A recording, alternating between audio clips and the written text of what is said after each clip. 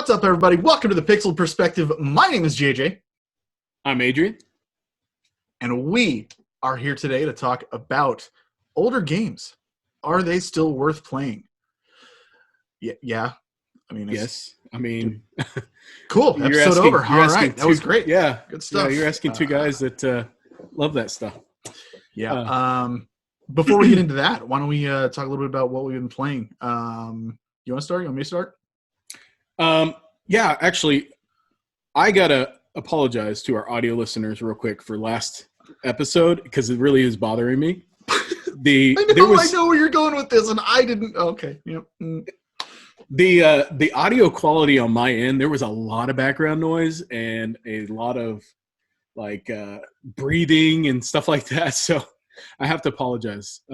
It was kind of cringy when I was editing the audio, and I was like, oh man, all this stuff is still trapped in there and I can't take it out. I tried, I really did. But I am in a house full of people. I've got 4 kids, 2 dogs, 2 birds. So, and I'm right next to the kitchen. So you heard banging around in the kitchen. So anyway, See, I made some adjustments. Absolutely nothing, and you're making it sound like you were had your face up to the mic, going like, "Seriously, guys, I love Dark Souls. It's awesome." I didn't hear any of that at all. That's how it sounds. That's how you're making it sound. That's all I heard. That is all I heard, and so I felt the need to have to address the problem and say that I am resolving it with this episode. I hope. Cross my fingers. As long as your conscience is clear, that's all that matters. Fair enough. So, with that being said, JJ, you start. Tell us what you've been playing. I'm passing it back. Fair enough. Well, I am, as you can see, I have kind of a little bit bare bones from what the last episode looked like. Got my Nintendo Powers down there. I'm getting very close to having a full collection. I am missing some of the later issues, but I've got 1 through 140. And then I've got a bunch of here and there scattered later on, which is great. Well, I wish I would have known that. I have some. I don't know what issues I have. But yeah, I have some of those later issues. Yeah, I'm every paycheck I will buy 2 or 3 because they're still kind of pricey. Some of them, even the later ones are. Some of them are the big anniversary issues and that kind of stuff are okay. A little pricey. Not hundreds of dollars, but I don't want to spend $30-$40 on a magazine if I can help it. Oh no, no, I wouldn't either. So yeah. But the shelves are bare, obviously, and obviously all the PC games that were here are gone and stuff. And you can see moving boxes from Lowe's.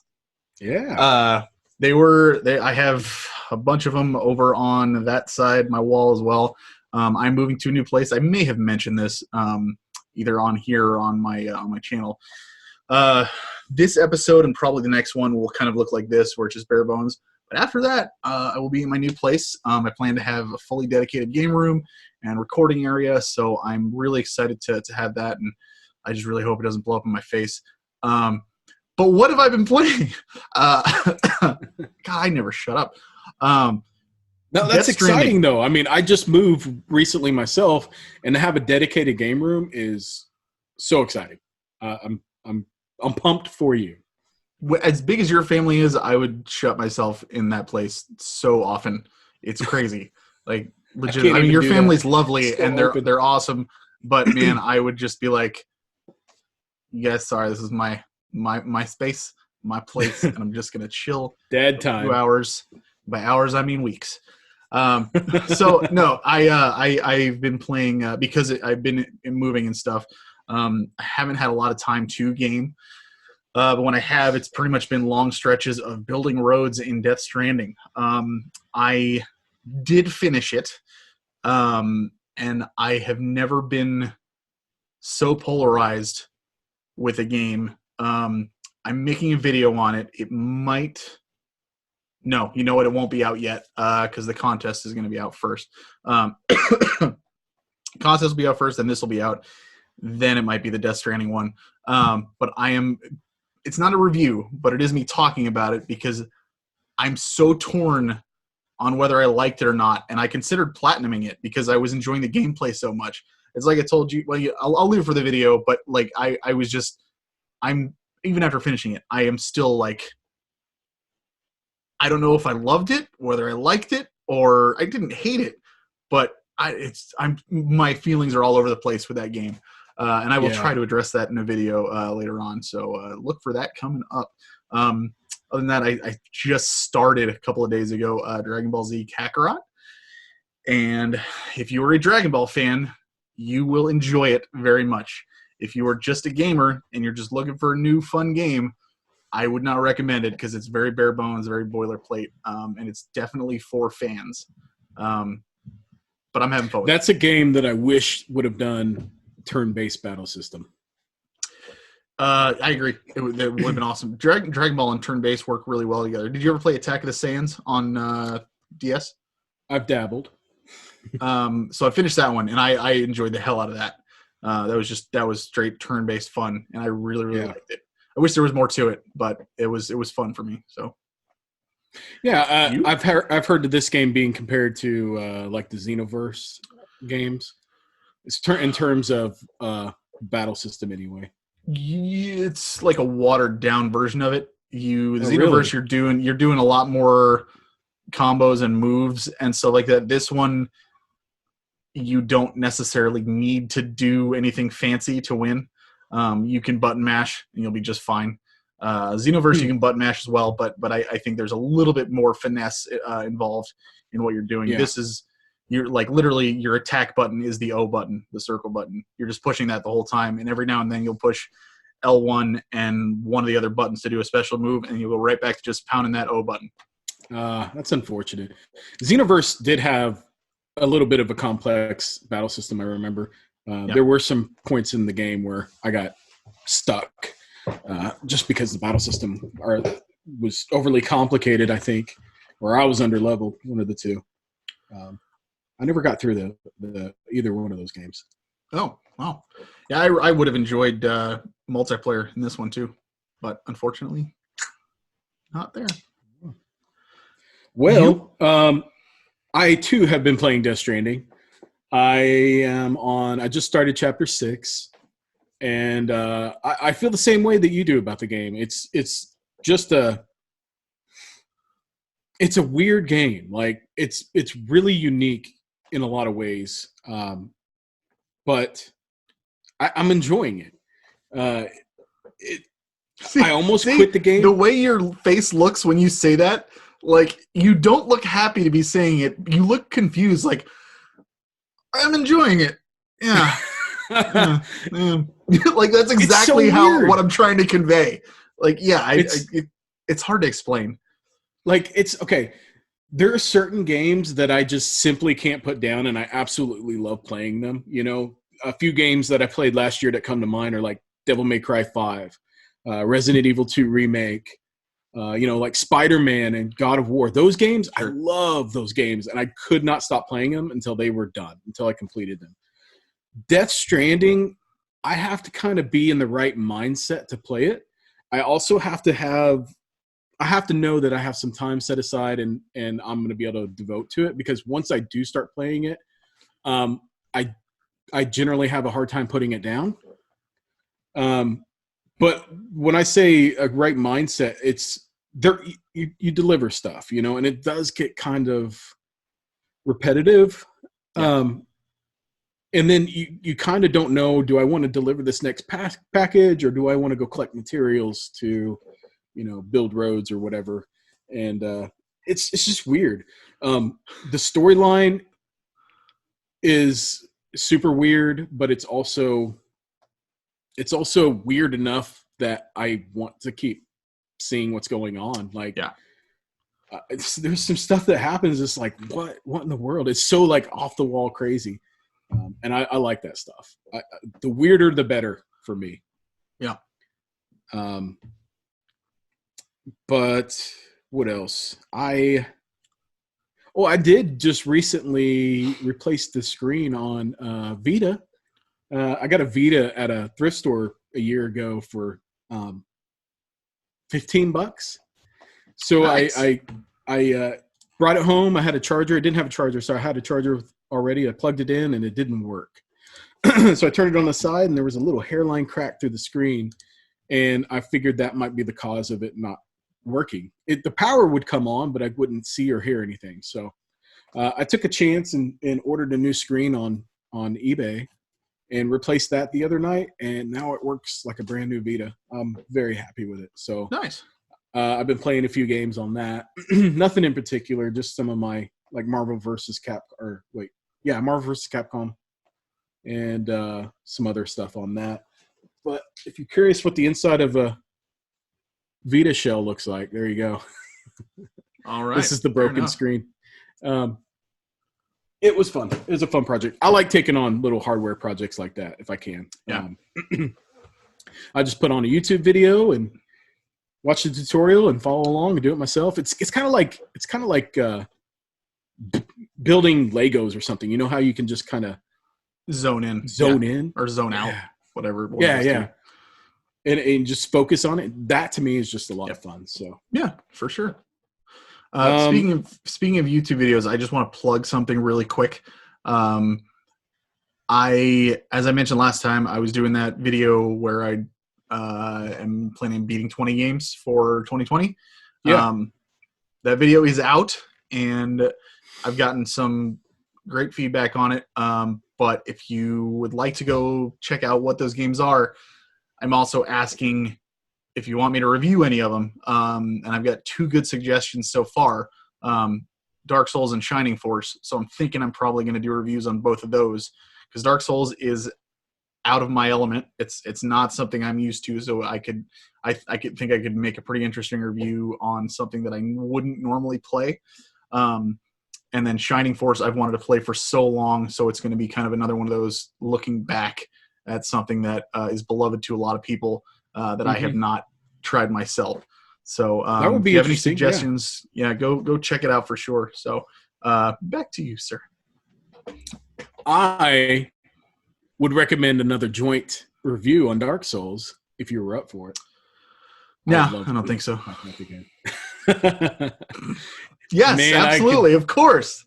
That was fun. That was fun. We've been talking about doing another one of those. We did the Parasite Eve video last year. I really enjoyed that. I don't typically script out anything. Really? Okay. That was further back than I thought. Yeah. But having to play the game and kind of take notes and analyze different things about the game was really kind of changed my approach to how I played that game. And it was kind of fun. Being that I've played through Dark Souls a few times already, I think it would be a lot easier for me to, on this next playthrough, to kind of casually take notes over key things that I remember. So yeah, that's a good one to review, definitely. Yeah. Cool. Oh, I wanted to also say, I've also been heavily into The Witcher 3 on my Switch. Nice. That's been my other game. I am 100% in love with that game. The Switch was the ideal platform for me to play that game. I'm so happy that you like it. Yes. I love it, man. I absolutely love it. And the thing is about the Switch is the graphics aren't great. I mean, I'll be straight honest with you. I considered not playing it on the Switch because I was playing it on the PC before. It looks great. The Switch looks rough, man. It looks really rough. But now is it rough just in comparison, or is it actually rough? In comparison. Okay, that makes sense. Now, if I were to play it not knowing what it actually looks like, I don't think I would be as bothered by it. But at this point now, I'm probably 15, 20 hours into the game. It doesn't bother me in the slightest. That's great. You get to a point where you're able to ignore it. And when I say it looks rough, all it really is it looks blurry. Like textures are blurred. And the character models all look great. They don't look as good as they did on the other consoles, but the biggest hang up for me is like at the beginning of the game where the storm, you're riding through a storm for a good chunk of the game, and it's real windy and rainy, and the lighting is off, and it makes things hard to see. So when you're fighting an enemy in grass and stuff, you can't really tell what you're fighting. So I'm just kind of blindly swinging my sword. But to be honest with you, I've gotten to the point where I'm used to it. It doesn't bother me anymore. And I mostly am into the storyline anyway. Like I can sit there and exhaust every dialogue option with every character and be totally engrossed in the storyline. Yeah. So for me, playing it on the Switch is ideal because I don't think I could. I think I would be looking past the dialogue quite a bit on my PC, just because I'm not able to focus on it as well. So yeah, I really like the Switch port, and I think it's a good version for anybody who may be in the same situation as me, where it's just the portability matters. Heck yeah. It's a good port. It really is. It's to me, it's super impressive that they were able to get this beautiful looking game ported on the Switch in the first place. Yeah. And like you said, though, it's any issues. It's all about the storylines and the side quests in that game like are better than some full storylines in other games. Dude, I find myself going out of my way to do the side quests. Like, have you done the Bloody Baron yet? I don't typically do that. I'm on. I did finish that. I'm trying to think where I left off with that. We just went to the swamp with the Baron. Oh, with the okay. Yeah. Did you find the kid? That was before. Yes, I did. Okay. I don't know what kid you're talking about. There's a few kids. The creepy one. Yes, I did find him already. Johnny? Yeah. Is that his name? Yeah. Johnny. And then right now I'm in the big town looking for Triss. Okay. So I don't know how much story I have left. Probably quite a bit. I was legitimately like when we talked about it last time, and you were kind of saying like, I hope I like it on the Switch because it didn't really grab me when I was playing it, elsewhere and stuff, and I was like, oh, you gotta give it a chance, man. Seriously. Oh man. Oh dude, it's there was a point in time so when I was playing it both on the Switch and on the PC. I was I started it on the PC and I really got into it, and then as a result, I was like, you know what? I bet you I could get even more into this game if I had it on the Switch. So I went and bought it on the Switch, and I am. So I was playing it concurrently for a little bit,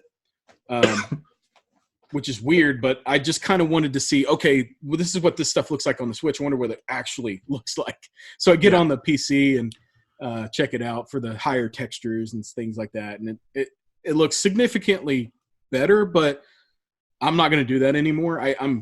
My eyes are used to the Switch version now, so I'm fine with it. It's a great game. It is a fantastic game, and I can't wait to. I'm so glad to hear that. Hell yeah! And the TV show is what sparked my interest ultimately to pick it up and start playing again. That TV show is really good, by the way. It's kind of mixed reviews, but I enjoyed it. I think, like, professional reviewers, whatever that's worth, are the ones that have the really mixed feelings on it. Everybody that I've talked to that is just like, I just like TV shows, has loved the hell out of it and thought it was great. Just because it's entertaining. Henry Cavill, he plays such a perfect like Geralt. It's amazing. You can tell he is a fan of the games because he adds his own flair to it, and he's genuinely passionate about it. It's pretty cool. I wasn't sold on it when I first heard he was going to be playing him, but he's done a really good job. Man, he's nailed the part. He really has, and I really like Yennefer's character too. I think she's really good. Yeah, it's a great show. I enjoy it. I'm glad they're doing another season. I would toss a coin to My Witcher. Absolutely. They need more monsters, though. That's my one complaint. Like, The Witcher 3 has some really, really cool monster designs and lore that they are bringing it into the series, and there are some cool stuff, but I think they could go a little bit further with that. Did I ever tell you we're dragging this out probably way longer than we should, but I just wanted to say this. Did I ever tell you my one gripe with the Witcher games and the Witcher world? It has to do with the townspeople and some of the quests. Like, as well written as everything is and as well thought out, from top to bottom, that game is, all the side quests and everything in there. There's something that just never sat right with me, and it's the disbelief that some of those NPCs have when you go into a place and you're like, they're like, oh yeah, I've been hearing noises at night coming from my attic. You do some investigating, and you're like, oh, it's a wraith. You've got ghosts up in your attic. And they're like, oh, ghosts. Well, that's ridiculous. Those aren't real. I can't believe it. It's like, you've got like draugrs and monsters and crap 40 feet from your house. Like, and you're talking about like creepy stuff in your attic not being real. Like, are you kidding me? Like that's always just been odd to me. Yeah, it is odd. It's a nitpick, obviously, but I've always just been like, oh, really? Come on. So along those same lines, one thing that bothers me about the NPCs is how negative they are. These are some like really, really just down on their luck people, and they want to make sure you know about it. They're so mean, like all the time. If it reminds me of like Grand Theft Auto and filth your entire life, you'd probably be pretty mean. True. I mean, they they never know if the next day is going to be their last, Right. So I can understand. It sets the tone for the world. It's a great Absolutely. All right. Adrian, answer me this. That is you. Answer me this. Are older games still worth playing? Hell no. Those things are garbage. Oh. Okay. Fair enough. No, they're great. Anything else to talk about? I wouldn't have all these retro game systems if I didn't love them. It's one of those things that you kind of I don't know if it's nostalgia speaking or if it's these games are still genuinely fun to play. But you said you got this from a post that you saw on Twitter, I believe, right? Mm-hmm. I'm wondering, I remember reading it, and I kind of remember the substance of the post, but I don't remember looking at like the guy who posted it or anything about him. I'm wondering his age, because I'm trying to sit there and think like, if this guy is like, 15, 16, and his first console was like a PS3 or a PS2, would he, 20 years from now, if somebody were to say like, oh, PS3, that's old, it's garbage, it's not worth playing at all. If he's got any memories or any ties to that PS3 or PS2 or whatever he started with, is he really just going to be like, you're right, they suck, they're done, don't ever play them? They're like, because that's, that's a big part of it, at least for me, is I have these emotional attachment to these older games, and that draws into like graphics and stuff too. Like there's plenty of games on the Super Nintendo, like RPGs that I have not played to completion, like Illusion of Gaia, actually the whole Quintet trilogy I haven't played, but I look at those graphics, and those alone are enough to make me go like, oh my god, I love that look. It just takes me right back, and I want to get into it because I got to play it. It's a big part of it. So while yes, I mean, just to play devil's advocate a little bit, I think if all you want is the latest and greatest thing, I think you're limiting yourself, but I get it. You just want to see the new stuff, and the old stuff can go fly a kite. It's kind of the same way with movies. I grew up never really liking black and white movies. I was like, what's the point? If I have something in color, why would I watch a black and white movie? Now I can appreciate them a little bit older now. I do watch some older movies, and I've enjoyed them. But like with games, it's a matter of opinion, and I get that.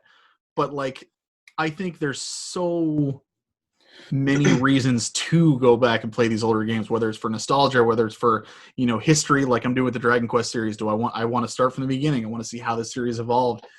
Just appreciating the old stuff, seeing where things came from. It's the only reason not to is because you just want the latest and greatest. That's the only reason I can think of to not play these older games. Does that make sense? It does. And I agree with everything you said. I think the guy, what he said was pretty ignorant. And actually, to give kind of a frame of reference to people, they probably don't know what we're talking about here. There was a post made where I think it was Alpha Omega Sin. He posted like his review of Dino Crisis, I believe it was. And talking, he gave it like a 7 or something. And this other guy who commented on his post basically was saying that The Outer Worlds got a lower rating than this 20-year-old game and wasn't really understanding the logic behind that. And his main complaint was, well, Alpha was saying like I'm looking at it in terms of when it came out and up against games of its time, and that's how I kind of evaluate it. But this guy's complaint was that argument is invalid because it's not back then anymore, and it's a new, you got to put it up against these newer games because technology gets better, and gameplay gets better. Everything gets better and evolves over time. And why would you have a desire to want to go back to play these? How could you even compare the two? You can't. And he even went as far as to say, like, would you go back and listen to old music from the 20s, or would you go back and watch old black and white movies, silent films and things like that? And it's like, people do that all the time, man. Yeah, absolutely. Your complaint doesn't make any kind of sense. But I kind of, in a way, I see where he's coming from. I just think he's being extremely stubborn and ignorant on the situation. But I understand, like, if I'm, most of the time I'm going to want to play the new thing. And it's because I want to experience the new hotness, But when I'm not playing the new thing, I'm okay with, like, I go through stages where I want to play something classic, simple, something I'm familiar with, that I'm comfortable with, versus getting into a newer game and learning all new controls, all new systems, all the things that come with it. It just, there's a sort of comfort that comes with playing that older stuff. Yeah, for sure. And it's like, I mean, what's the alternative here? Like, is he saying, okay, so you basically, like, as you go back generations, you're lowering the scores of all those games. So every Nintendo 64 game is now a 4 out of 10. Every Super Nintendo game is now a 3 out of 10. Every regular Nintendo game is a 2 out of 10, and then Atari is 1. Like, it's kind of like, where's this mindset coming from? Like, how could you not judge it based on when it came out? And right. I mean, I think he's also forgetting the most important thing, which is, well, in my opinion, the most important thing, and that's, is it fun? I've played plenty of games from back then are still fun as hell, and I've played games now that are trash that I don't have any interest in, continuing and playing. That doesn't mean I'm going to score the trash game higher because it's newer. Like, that would just make no sense. So I don't know. He's also looking at the backwards thinking. He's looking at the rating system as kind of like a ranking system, which I don't think is a way to look at reviewing games. So every game is assigned a number, and so the higher the number, the better it is, and has to follow this certain guide. Right. No, to me, it's like you review a game based upon different merits that you enjoy. The playability, the music, the art, the responsiveness of the controls. Like, there's so many different aspects that you need to look at, and if you're judging a game on those things and how fun they are to play, then you sign a number to it based upon those facts. Just because an older game is rated, in your opinion, higher than a newer game doesn't make it a better game than a newer game. It just means that it was, maybe you had more fun with this newer game or older game. I'm sorry, I'm getting confused. Just because you review an older game higher than a newer game doesn't make it better. It's you're basing it off of your time with it and your experience with it. Yeah. I don't. There are plenty of new games that I think are amazing, but they don't override the enjoyment that I experienced with those older games. Not even a little bit. Exactly. Like, we did our top 5 games. How many of those were nostalgia-centered retro games? Like, almost all of them.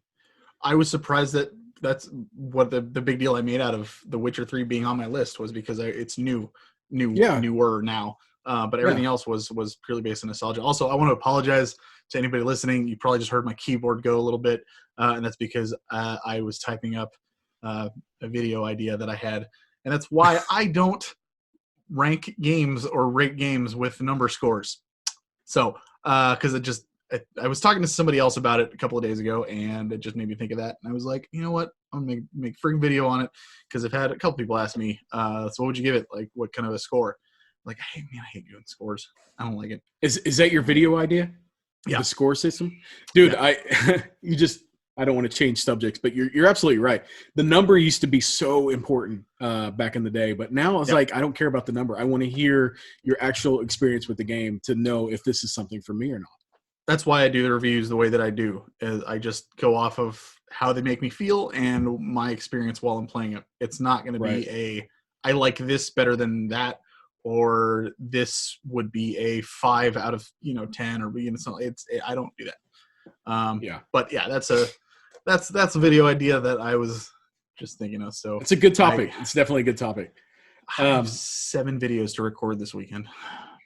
Have fun with that. Ugh, my voice is going to be so dead by the end. Yeah, you got to get all that stuff done before you move. Moving is not fun, and I don't envy what you have to go through. That's all right. So, like in terms of playing those old games, though, how much of that is attached to nostalgia, and how much of that is attached to it being a genuinely good, fun game? Does that make sense? That question? Yes, and I think it comes down to whether I've played it before or not.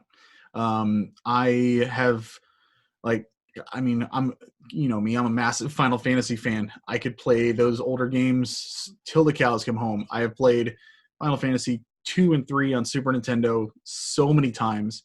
I've even gone back and I will not have played for 6-7 months, and I don't do this anymore. But I would not play for 6-7 months, and then I would just get the itch to go experience the gameplay, and I would just load up one of my later save files and just grind for a few hours and just do some battles and stuff like that on one of my high level games. However, I also enjoy, like I said, with the Dragon Quest series, and actually I'm doing it with the Assassin's Creed series too. I'm working my way forward with those because I like to see how a series has progressed. The only series I haven't been doing that with, two. One is the Tales series, and the other one is the Persona series. Both of those I'm kind of just all over the place. But I generally do try to start at the earliest point so I can see that progression, because I do like seeing that. And it obviously starts with those older games. And I don't really, in most cases, I have no desire to go back and play Dragon Quest 1 anytime soon. It was an experience. I'm glad I made it through. But it's not like, it wasn't Final Fantasy for me. And that, granted, I will wholeheartedly admit that could very well be because I played it when I was much more impressionable as a younger kid. So I don't know, but I did enjoy it, but I still have no desire to go back and play it. And that's a lot of cases with these older games that I'm playing now. So I would say, to answer your question, nostalgia plays a part when I go back and play it multiple times. Whereas I will still absolutely play older games because I want to if I haven't played it, but the chances of me playing it again, doing multiple playthroughs, is much, much, much lower if it's one that I haven't played before. Well, I find it interesting because I do like to go back and play a lot of older games that I missed out on. Some of the classics, Earthbound being one of those. Final Fantasy VI is one that I would like to go back and play. Link to the Past, some NES games. Oh my god, how have you not? Man, I've missed out on so many Super Nintendo games. It's crazy. But I do. I mean, those games they're still fun. I played. I haven't beaten Earthbound, but I've gotten a good ways through it, and that's a game that really, really made an impression on me.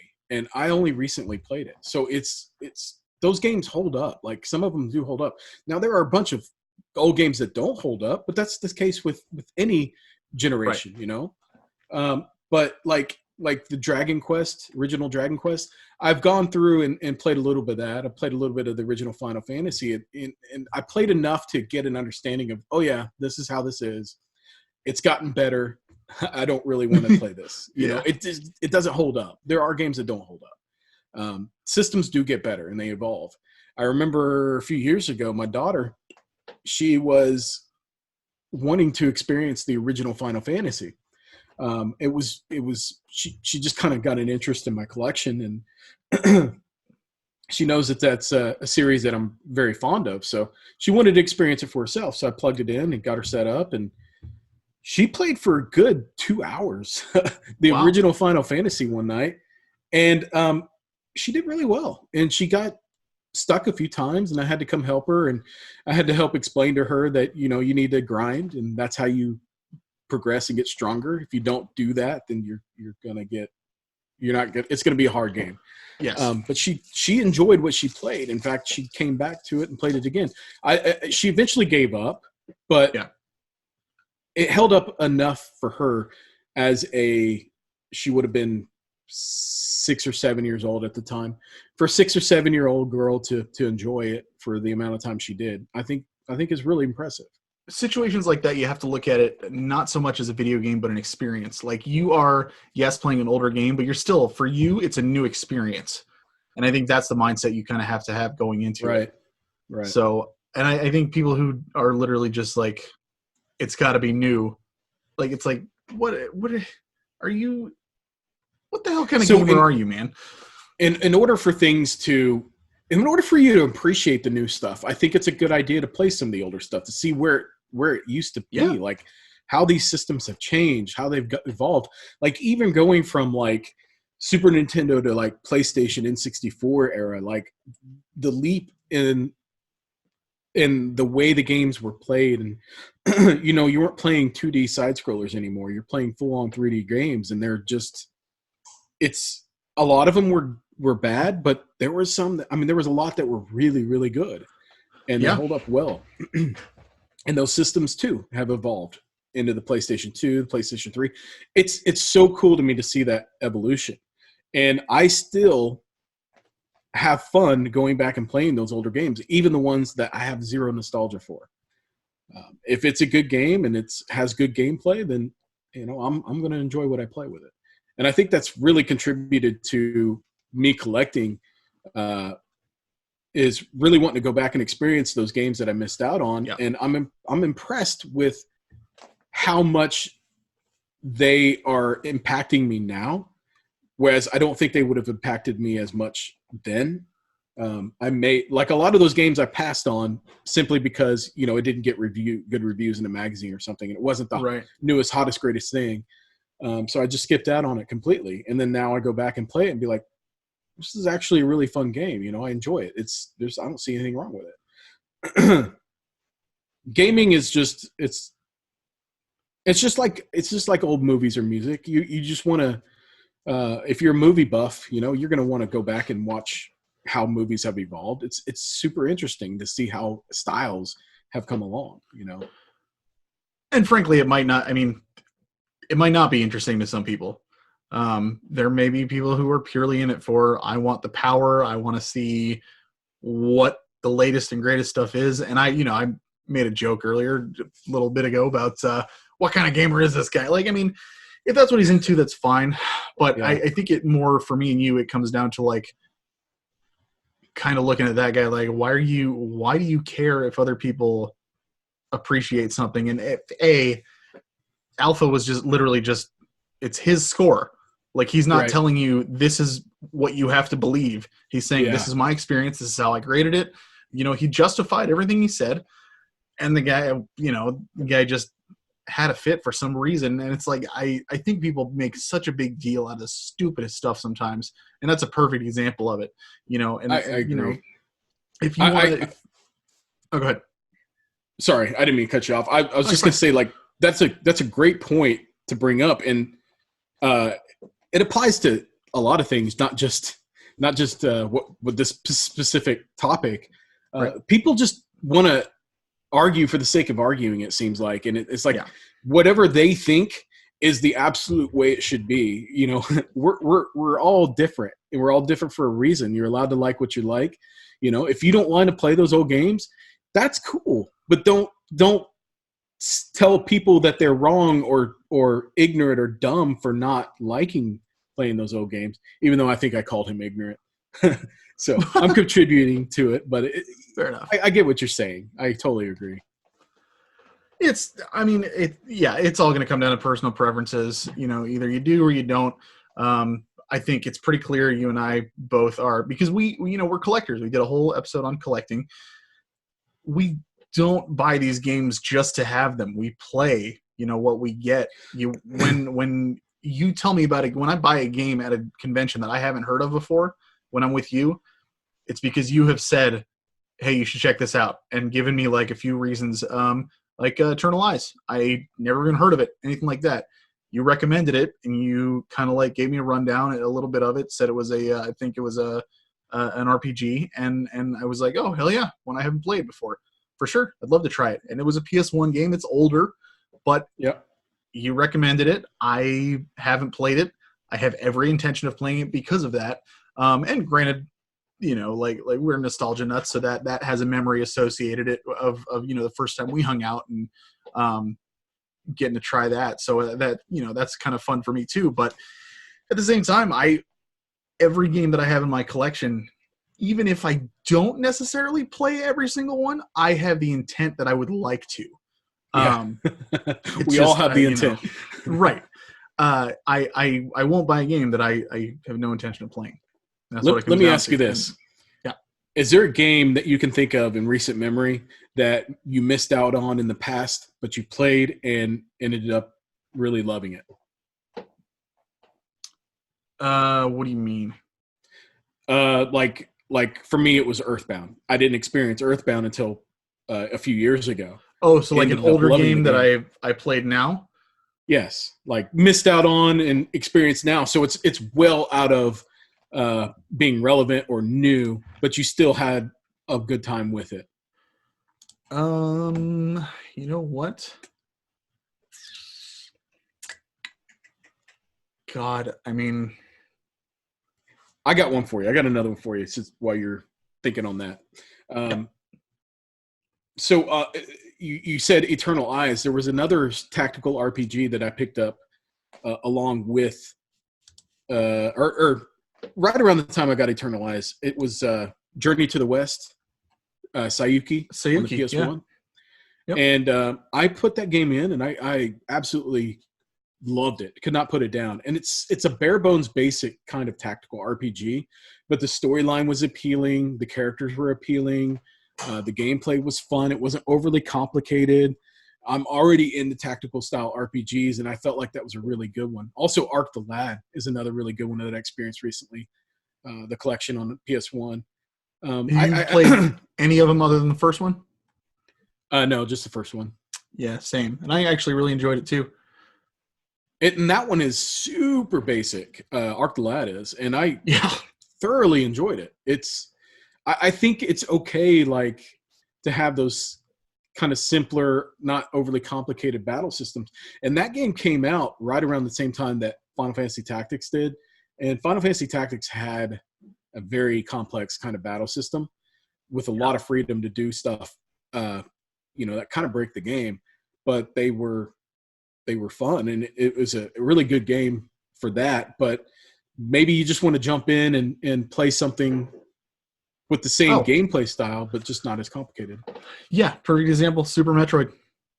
Never played it as a kid. Yeah. And I didn't play it until just last year.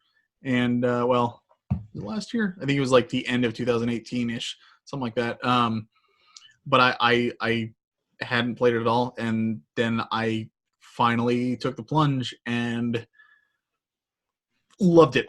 Absolutely loved it. I think it's an amazing game, and I can't even fathom how much it would have blown my mind had I played it, when it was relevant.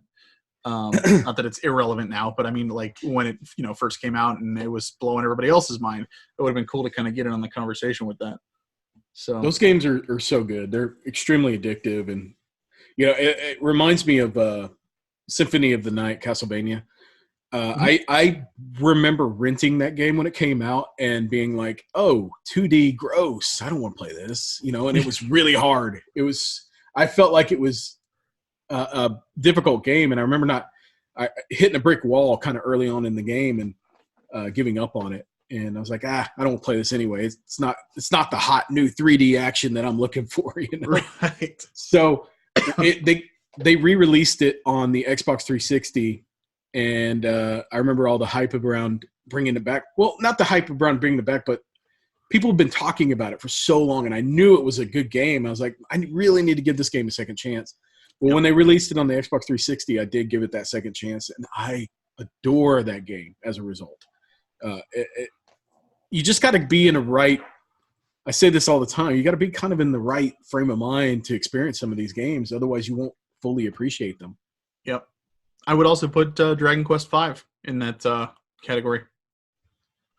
That's that one was – so you played that on the DS, right? Yes. So I haven't played the original. Yeah.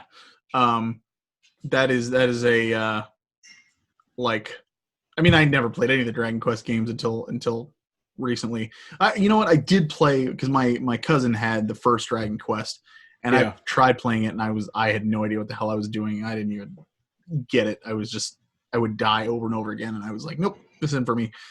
Dragon Quest V, though, I would put it up there with some of the great Super Nintendo games, to be honest with you.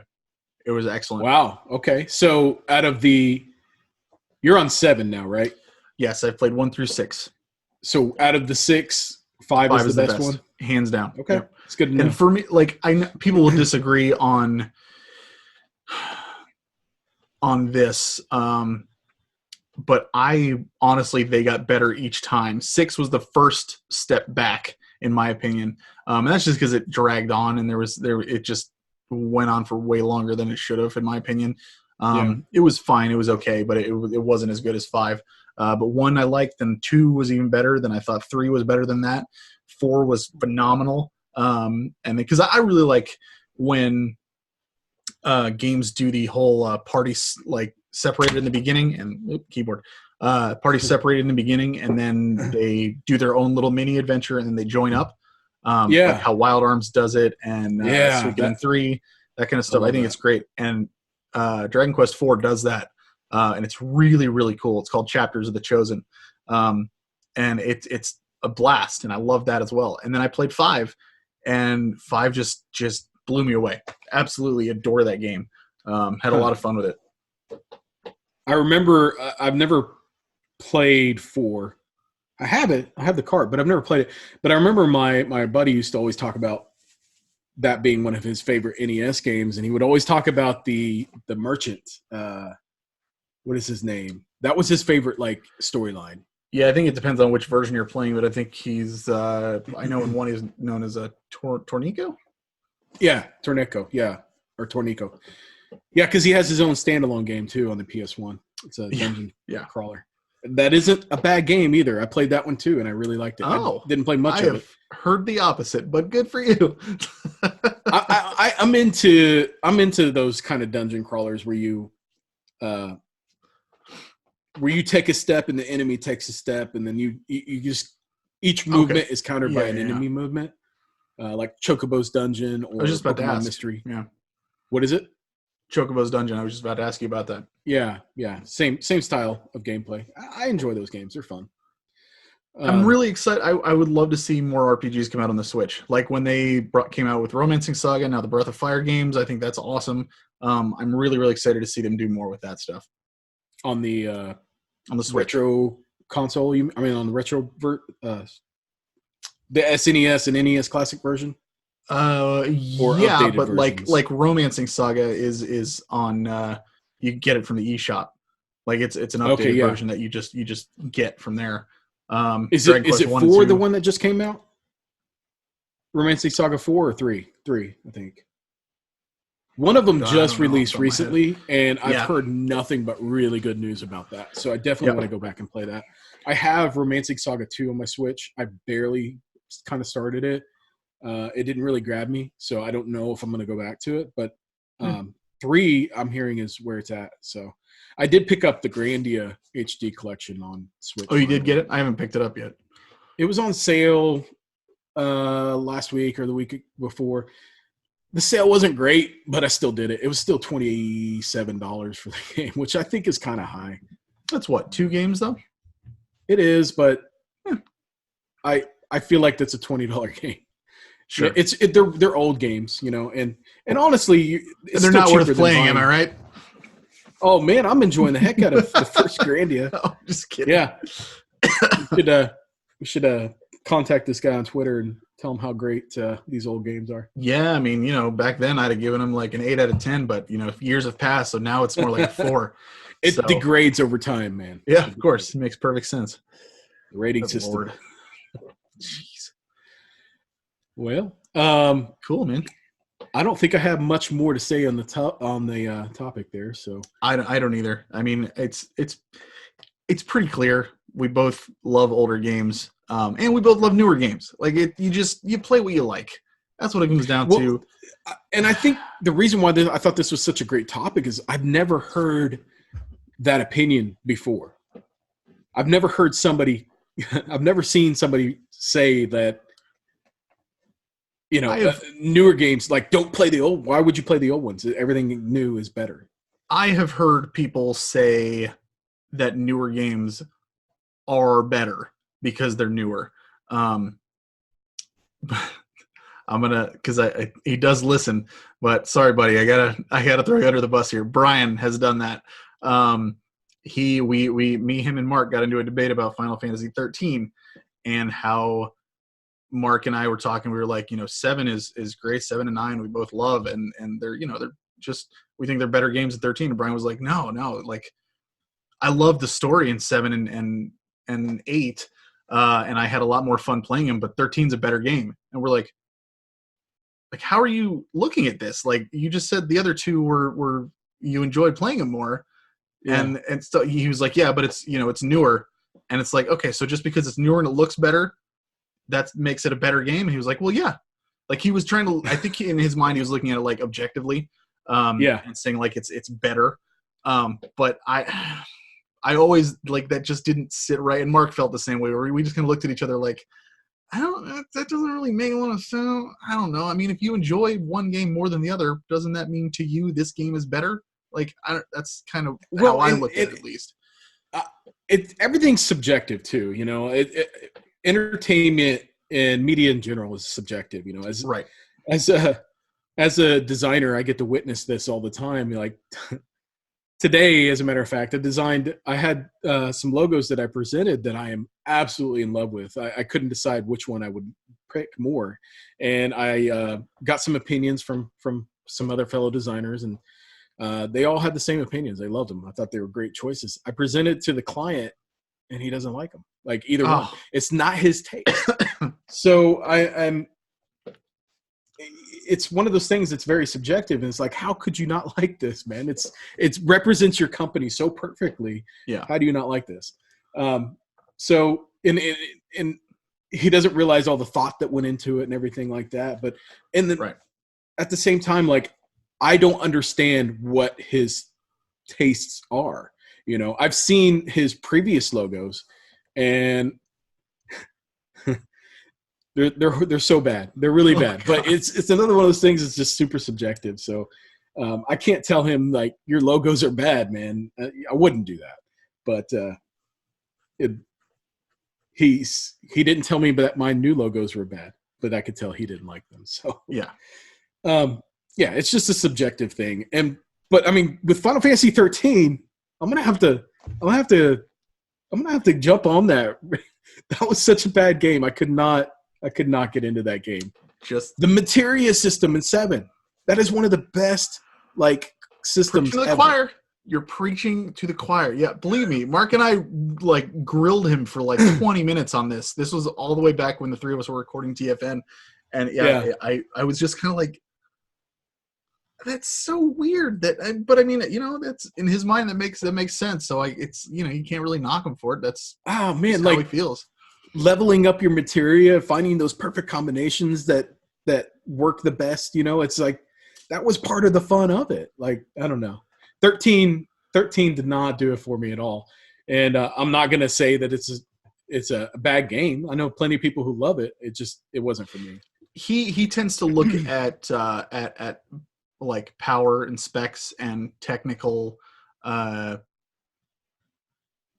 the technical aspects of these games. So like the fact that it looks better and runs better runs better on these newer games, and it can do more. You can potentially do a lot more because there's more power behind it. That in his mind means that it is objectively a better game. Like it's because it has the potential to do so much more than what those older games have done. And I think that's kind of where he was going with it. And I think like, I mean, I don't think he's wrong.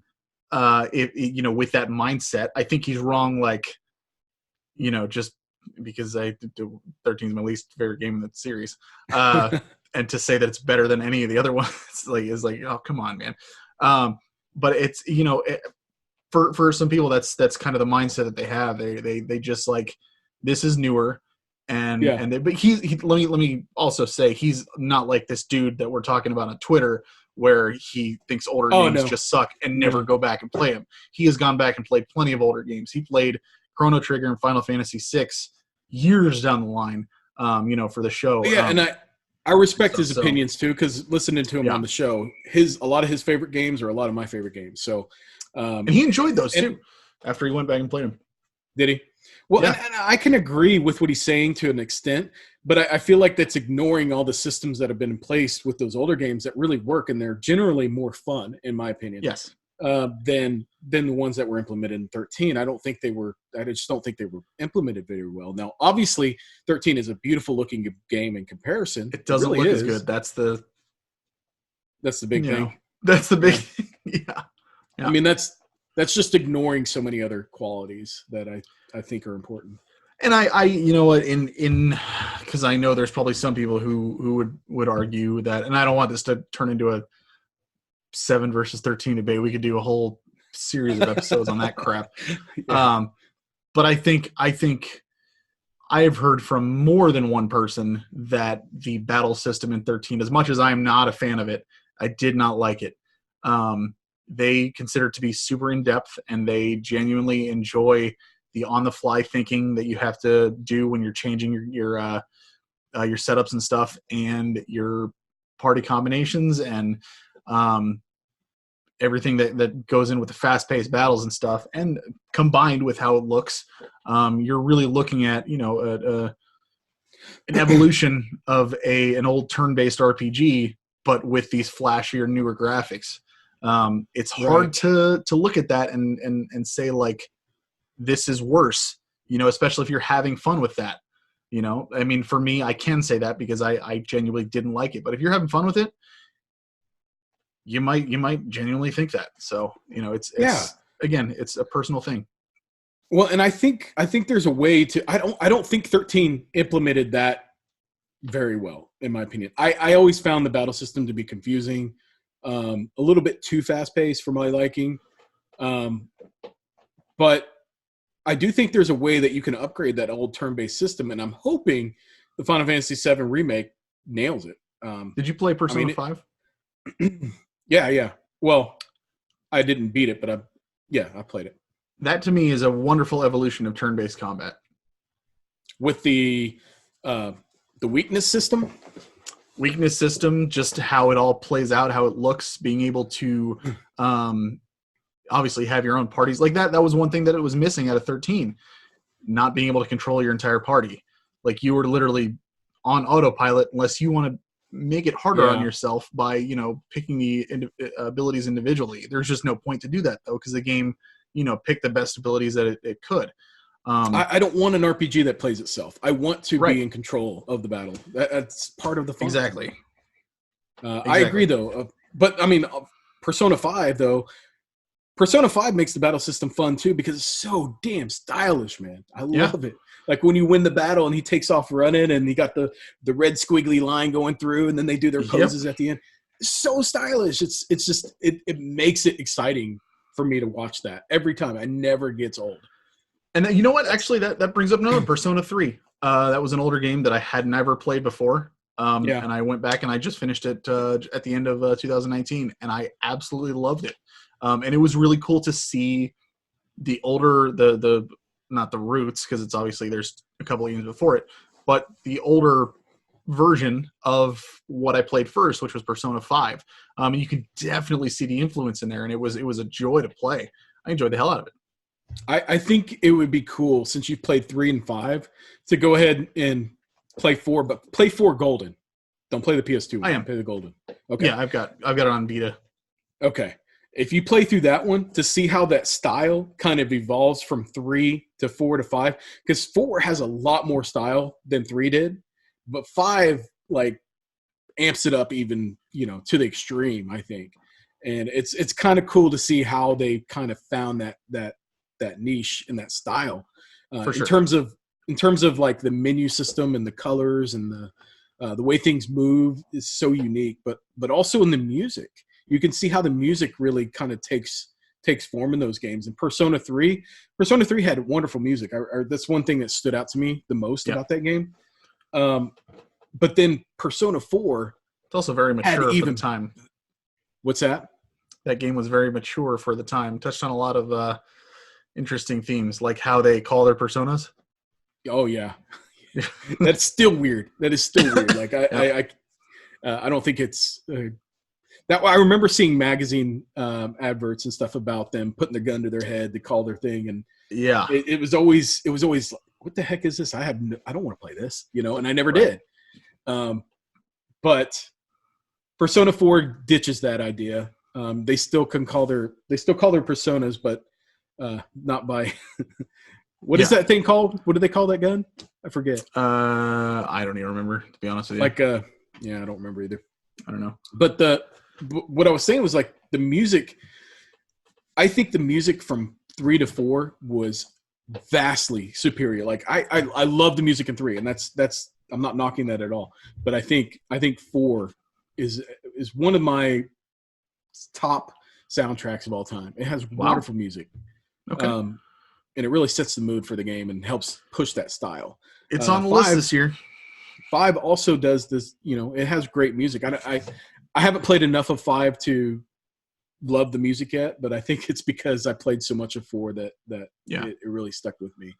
You see all these reasons we're giving you people to go back and, well, not you people, you know what I meant. I didn't mean like you people. I meant like you people that are watching. Just stop. Okay. Play older games. This is why. Because you get to compare and you get to contrast and you get to see where they came from, and you just have fun and just play whatever the hell you want. Yeah. You want to play old games, play old games. You want to play new games, play new games. It doesn't matter. Just don't tell people they're wrong for enjoying what they enjoy. If people want to put a number on something, awesome. Let them do it. Some people aren't into that, and that's okay too. But people are.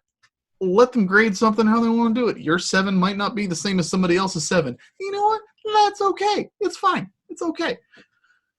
If you love it, you better put a number on it. That was bad. Sorry. I'll see. Those of you on the audio side cannot see that I'm just staring into my camera blankly because I don't know what just happened at all. Actually, I do know. I'm just trying not to admit it to myself. So I'm having some fun, man. That's what I'm doing. That's one day good. I need to come in and record a podcast a little bit tipsy. I bet you that'd be really fun then. Wait, you're sober? Yeah. Me too. No, totally. Yeah. It turns off all those filters, all those things that say, hey, don't do that. We're like, just do it. I mean, that's how we got through Borderlands 3. We were pretty much drinking the whole time every time we logged on. We were. I forgot all about that, man. Dude, actually, we need another multiplayer game. We really do. I'm kind of missing that. Didn't we say Divinity? We did. I'm just waiting. I guess you got to get moved and stuff first. So, and I've got to get through a few games, so that gives me time to do that. Good. All right. Contradicting myself here. Do you, just play video games? Video games are great. That's what we're here for. That's what everybody's here for. It's all good stuff. That's what you people are here for. So that's I don't even know who I'm referring to. Just the viewers, I guess. Anyways. Do you have anything else on whether or not it's worth it to play older games? Yes, it is. 100%. It is. It's worth it. That's it. Good. I think we exhausted the topic. Oh my gosh, this is February's episode. So this is episode 2. So episode 3 will be our top 10 games of the prior decade. It will be. So That is going to be a fun episode, man. I am so 2010 to 2019, right? Yep. All right, and we're going to try to not go for like 4 hours because that would be a long time. It has the potential. Like, I want to make sure that I No, have see, the don't do evening that blocked because I off. can see the hopefulness in your eyes. Like, oh man, I want this to could go on for so dude, long. I want And me, to. I'm over here like this could go on for so long. Oh god, and like, because I have, man, dude, it's. Have you ever done like? I know you guys did what 50 episodes. Did you ever do like a 3-4 hour episode? No, It's most exhausting. is like 2 hours. It is I can exhausting. It's insane. Yeah, I'm feeling starved for video game talk, man. It's been a while, you know. The only reason we got through was because we had, people listening where I would be like, hey, send us submissions so I can, pad the time a little bit. Which was nice. It's rough. We will get through our top 10 games. I'm sure it'll be a longer episode. We'll just freaking talk. It's going to be fun though. I'm excited because there's a lot to cover there. Honestly, I think there's going to be a little bit of crossover most likely. So I'm sure that'll make it easier and stuff. But that's the other thing is like I'm super stoked to see what your list is compared to mine because we're not telling each other in advance. Yeah, it's. I'm excited. I am excited. Yes. Okay. Well, with that, I guess that is it for episode number 2 of the Pixeled Perspective podcast. I like pickles. I can talk. It's like almost 10 p.m. here, and I usually go to bed at like. All right, I usually go to bed at like 9:30, so it's really not that much later for me. So I don't know where I'm going with this at all. You have no idea. And as much as I've been moving, like I got 3 boxes behind me, there is 12 more right where I'm pointing, and it's just I still have. I hear you. Packing sucks. It really does. And then when I move in, I gotta buy furniture as well. Because I'm moving from an apartment to a townhome. So I'm going to have, it's a 3-story townhome. So I've got a whole floor that I need to furnish. So it's So, but I'm excited for that at least. And I'm excited to have I'm going to turn my basement into a dedicated game room. And I also hopefully plan on getting a cat as well. I have wanted a pet for a while. So, dude, I have wanted one for so long. No, I love dogs. Don't get me wrong, but I live by myself. And I work all day, and I would feel so bad leaving a dog alone. That is smart. All day, every day, and that's kind of the main cat's reason like, why. I don't care. Just go do your thing. I'm just gonna lay in front of the window anyway. Exactly. Believe me, if I had a family, if I had a house, I would absolutely get a dog in a heartbeat. But I want a little buddy to come home to and just hang out with. Good on you for thinking that through, because that is a smart choice. I didn't even think about that, but yeah, dogs need full-on attention all the time, and if you're not there to give it to them, that's a bad deal. 100%. All right. Well, thanks again for watching. My name is JJ, and I'm Adrian, and I guess thanks again for listening too, because you got that's right. Both of the things. But however you consumed our media, is that a phrase? It is now. However you consumed our media, thank you again. And as always, keep on gaming.